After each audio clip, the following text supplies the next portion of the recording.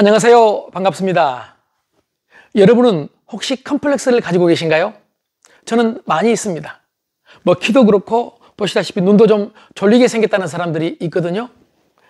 우리 모두는 자기 나름대로 열등감을 가지고 있는 것 같습니다.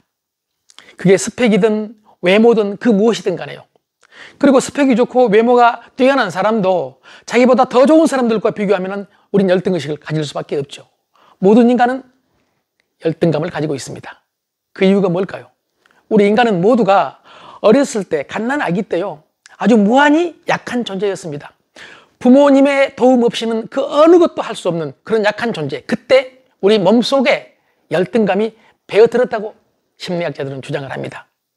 그리고 이런 열등감이 나이가 먹어도 소위 컴플렉스로 작용을 해서 인생을 힘들게 한다는 얘기죠. 그렇다면 컴플렉스는 꼭 나쁜 것일까요? 여러분은 어떻게 생각하십니까? 컴플렉스가 긍정의 에너지를 발휘하면 삶의 추진력이 될 수도 있다는 사실을 이해해야 합니다. 이 컴플렉스나 열등감을 극복하는 과정이 인간의 성공 역사였고 성장 역사였다고 볼 수도 있거든요. 그래서 컴플렉스에 대한, 열등감에 대한 패러다임을 바꿔보자. 첫 번째가요, 컴플렉스는 극복의 대상이다. 이 컴플렉스를 극복의 대상이라고 생각하는 순간 우린 생각이 바꿔지죠. 컴플렉스는 일반적으로 우리는 걸림돌이라고 생각을 하는데 극복의 대상이 된다. 그러면 그때부터는 디딤돌이 될 수 있다는 얘기죠. 걸림돌이라고 생각을 하면 이건 장벽입니다. 그런데 디딤돌로 생각을 하면 이건 극복의 수단이죠.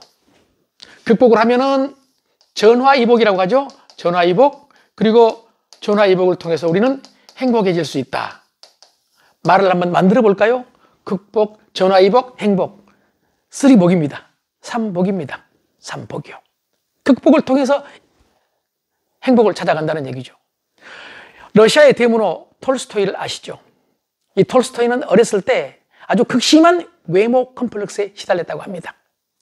밤마다 아름답게 해달라고 빌었다고 합니다. 그래서 점점 외톨이가 돼갔고요. 혼자 있는 시간이 많아져서 그 혼자 있는 시간에 이것저것 뭘 할까 고민하다가 글을 쓰는데 자신의 재능이 있다는 것을 발견하고 글쓰기에 매진한 것입니다. 그래서 세계적인 대작가가 된 것이죠. 르네상스 시대 천재 미켈란젤로도 외모 컴플렉스 때문에 많은 시달림을 당했다고 합니다. 이게 시달림이 커져서 결국은 우울증까지 겪었다고 하는데 그 우울증을, 그 컴플렉스를 이 일을 통해서 극복한 것이죠. 대단한 성취를 한 겁니다. 이 일을 통한 대성취다, 이렇게 볼 수 있습니다. 그래서 오늘부터는 저를 포함해서 우리 모두가 열등감을, 그리고 자신이 가진 컴플렉스를 장벽이 아니라 극복의 대상이라고 생각하는 패러다임 시프트가 필요하다. 동의하십니까? 두 번째는요, 어차피 가지고 있는 컴플렉스, 열등감, 그것 때문에 할 수 없다고 생각하지 말고요, 때문에가 아니라 덕분에다. 한번 생각해보자. 덕분에. 이렇게 또 패러다임을 바꾸면 어떤 일이 벌어진가 보겠습니다.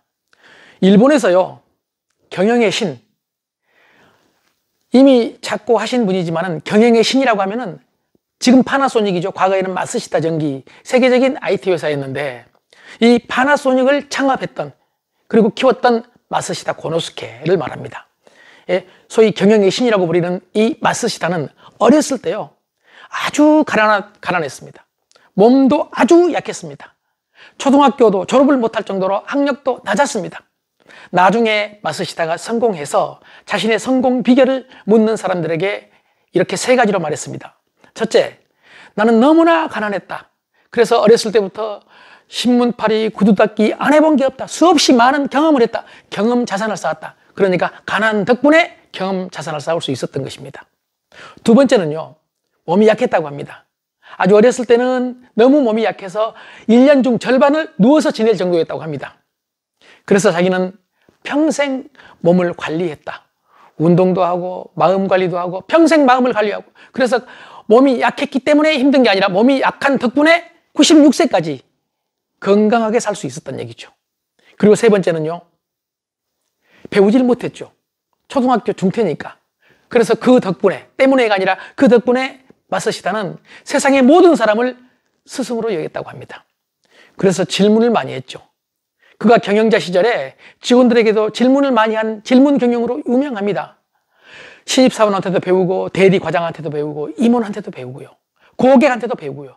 청소부 아줌마를 불러서도 냉장고에 관해서 배우고요. 모든 것을 다른 사람한테 배울 수 있는 모든 사람이 스승이라고 생각했다. 그래서 마사시다 고로스케는 성공할 수 있었다고 스스로 생각을 합니다. 때문에가 아니라 덕분에입니다. 우리나라에서 103세 철학자로 유명하신 김영석 교수님을 아시죠?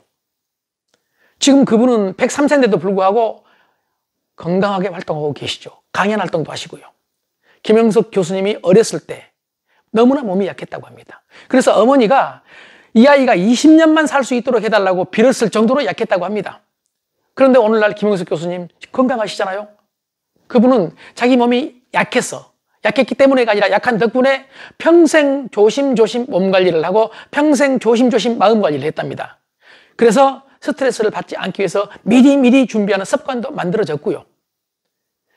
이런 분들뿐만 아니라 우리 주변에서 보면 수없이 많은 성공한 사람들, 행복한 사람들은 컴플렉스를, 열등감을, 단점을 오히려 덕분에라고 생각한 그런 경향이 있었다는 사실을 우리는 알 수 있습니다.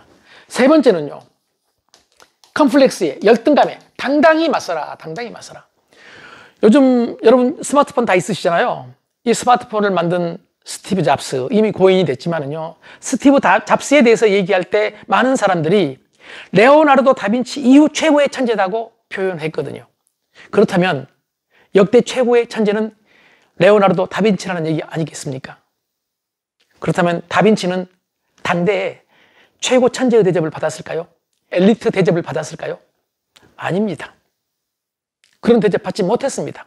다빈치 노트에 보면은요, 이런 기록이 있습니다. 내가 교육을 덜 받았다고 나를 무식하다고 무시하고 비난하는 사람들이 많다. 확실하게 나는 그들처럼 저자들의 글을 인용하지 못한다. 자기가 배우지 않았던 걸 인정한 겁니다. 그러면서 이렇게 주장합니다. 그런데 나는 또 다른 스승인 경험이란 가치에 대해서 알고 있고 나는 많은 경험을 했다. 그래서 나는 경험을 통해서 새로운 창작을 했다. 그런데 이걸 무시한다면 오히려 그 무시하는 사람들을 경멸하는 게 마땅하다고 주장을 합니다. 당당하게 맞선 거죠. 다빈치는요, 사생아로 출생했습니다. 그리고 당시에는 엘리트 코스인 라틴어 교육을 받지 못했습니다. 동성애로 체포된 적도 있습니다. 이런 어려운 상황에서도 당당히 맞서서 역대 최고의 천재가 될 수 있었다고 저는 생각을 합니다. 요즘 일본에서 가장 부자 중에 한 명이죠. 우리 제1교포 3세죠. 손마사요시 손정희 회장이요. 소프트뱅크 회장. 그는 뭐 아신 분은 알겠지만 머리가 많이 좀 벗겨졌죠. 대머리죠. 그런데 한때 누리꾼들 사이에서 손 회장의 머리카락이 후퇴하고 있다라는 글들이 있었거든요. 그에 대해서 손 회장은 이렇게 맞섰습니다. 내 머리칼이 후퇴한 게 아니라 내가 전진한 것이다. 얼마나 당당하고 얼마나 멋있습니까? 여러분, 멋지고 당당하게 도전합시다. 여러분뿐만 아니라 우리 모두는 컴플렉스, 열등감을 가지고 있습니다. 내가 가진 열등감에 기죽지 말고 이걸 에너지로 활용해서 삶의 추진력으로 만드는 그런 계기가 되시기를 바랍니다. 고맙습니다.